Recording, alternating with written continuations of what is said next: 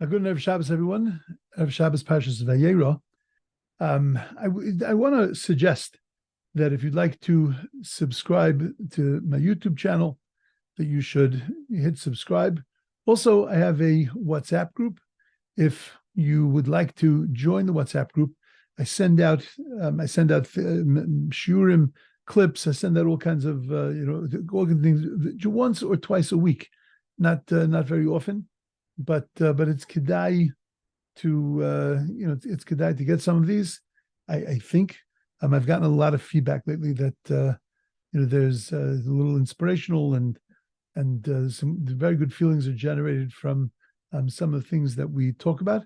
Okay, we see in the beginning of the Parsha, Avraham Avinus sitting there in tremendous amount of pain, and HaKadosh Baruch Hu comes to be Mevaker Chayla, comes to visit the sick, and he sits with him and he schmoozes with him, and then Avraham Avinu says, he's got to go take care of business, and he goes and he runs and takes care of guests.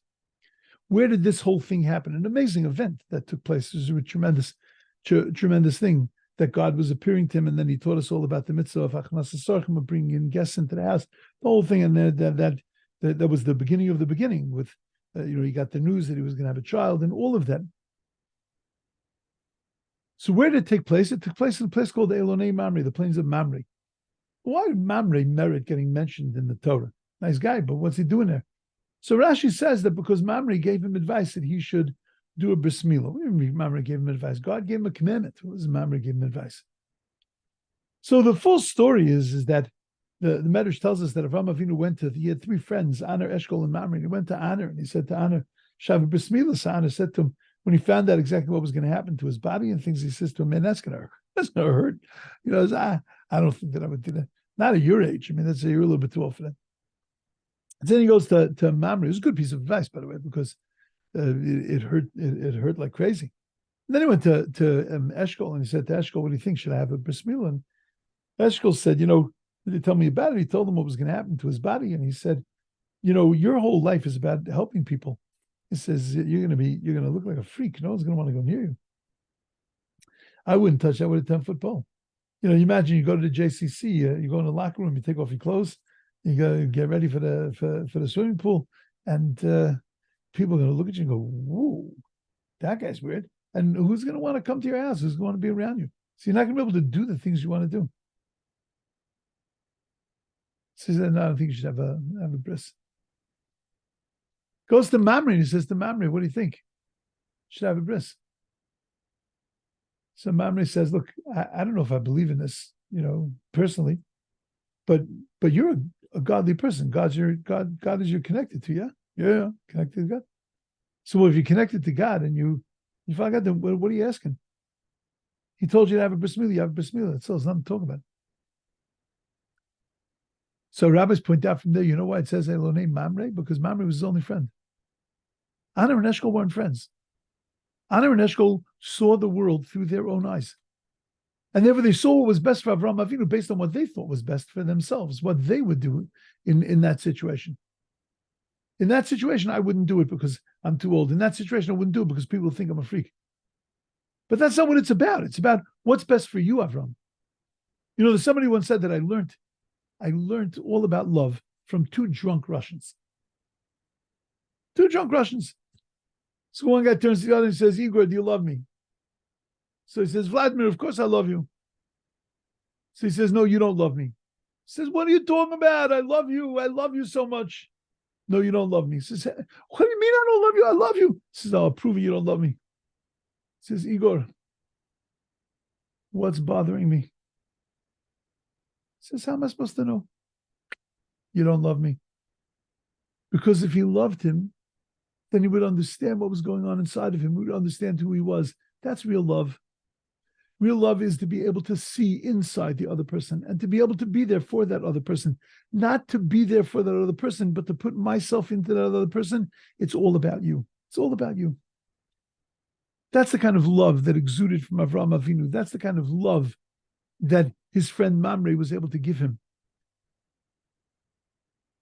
And that's what HaKadosh Baruch Hu does with us. HaKadosh Baruch Hu looks at us and says, what's going to be best for us? Not what's going to be best for him, what's going to be best for us. And that's why this whole event took place in Elonei Mamre, in the plains of Mamre. Because that's what we got to be thinking. This is how it's going to make this. This is going to help you. When I do chesed, when I do kindness, it can't be about me, what I feel good about. It's what's going to be good for you. What's going to uplift you. What's going to inspire you. What's going to bring you forward. And that's what we have to be searching, hunting for. We're living in a time that is just incredible, where people are able to see each other. This war has knocked down so many walls that we can just focus on each other and see what's going on with each other. So this gorgeous picture of two guys, heads of two different major organizations. One of them was pro-governmental reforms. One of them was anti-governmental reforms. And here were these two guys, two shemei davar, two real personalities, standing in uniform together on the same base, arm in arm, smiling. It's so geschmack to watch, just to see all that stuff go down. I've talked about it before with the Charedim and then non-Charedim, the tzitzis, all this stuff. It's just so inspiring. Every once in a while, you get a little knocked down. We put up this sign. It's beautiful signs made by Thank You Hashem. That then a whole series of new signs of new Thank You Hashem things, beautiful stuff. And one of them was Thank You Hashem for Tzal, for thank you for the soldiers, and with a tefillah, an implied tefillah to pray for the soldiers, because they're half of our protection. The other half of our protection, of course, is Liman Torah. Right? That's the physical stuff, and then Liman Torah is what puts the air inside of it. And it really is. I just wish it would become more public. People would know what was going on in the yeshivas. The yeshivas, of course, that came back early. As soon as the war broke out, they said, okay, vacation's over, let's go, everybody back in. And the words, the vernacular, the words that are being used, the sprach, is that we're soldiers in the army, and that we have to be like soldiers in the army, which means that we can't waste a moment, and which means we always have to be on the ready, we always have to be involved. There are yeshivas that have 24-hour cycles. There are guys sitting in Besmerish all day long, 24 hours a day, like on a base. We have people that are up and doing shmir. There are people that are up. There is calls for tefillos. The amount of public prayers, both by the kaisel in yeshivas, it's just unbelievable. The people that are taking this seriously. There are yeshivas that are having tainas dibur, that the students are not allowed to speak extraneous things, only in learning Torah, but not extraneous things, because we have to be totally focused. Our learning has to be times 10, not just learning. It has the intensity level has to be raised, because we're on the front lines. We're in the war. And it's such a beautiful thing. And people are accepting that. And there isn't this turning up of the nose and the batting of the eyes. It's beautiful. There's always yichidim. So we put up this sign in our elevator. We wanted to bring, when people walk into the elevator, get them, make them feel good a little bit. It was beautiful. And somebody wasn't so excited about it, clearly, but I don't know who it was, but it disappeared overnight. And it made me sad, but it didn't make me sad because the person believes that this is something that's inappropriate. Okay, you can do that, but you couldn't step out of yourself and look at it and go, yeah, but the other guy really needs that. The other guy needs that. If he needs that, I could tolerate that. There's no isser. There's no prohibition. You're not taking God's name in vain. Like, you're not doing anything. You're not desecrating anything. I cut it out. So just keep the sign there. So you don't want to look at it. So you can stand like this. Take the stairs. Yeah, we got stairs in the building too. Take the stairs. There's other things you can do. But just be sensitive to what the other guy needs.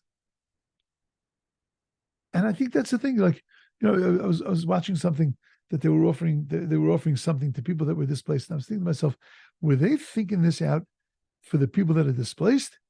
Like, they put themselves in their position? Because if then they never would have offered this, because it just wasn't appropriate for them. Because we got to be thinking about the other person, and we just got to up that game. So the situation that we're in is certainly helping us up the game, and so is the Parsha. This Parsha helps us when we talk about these things, and we say them, we verbalize them, we think about them. It helps us up our game and make us feel sensitive and understand what's going on with the other person. Not what do I want to give you, but what do you need me to give you? And if we get that, so then we really fulfill this thing that's going on. You see it on toilet paper, on toilet paper rolls. You see it on milk cartons. You see it. I can't remember. I saw it in some like really, really, really strange place. But together, Ninatzeach, together we'll be successful if we stay together. And that's the message. The way to stay together is it's not just by me wanting to be close to you. We stay together by seeing each other. And when we can see each other, that's when HaKadosh Baruch Hu can really see us, and he can really get nachas in us. And in fact, together in Ninatzeach, if we stay together like that, we will be successful. Everybody should have a beautiful, amazing, awesome Shabbos.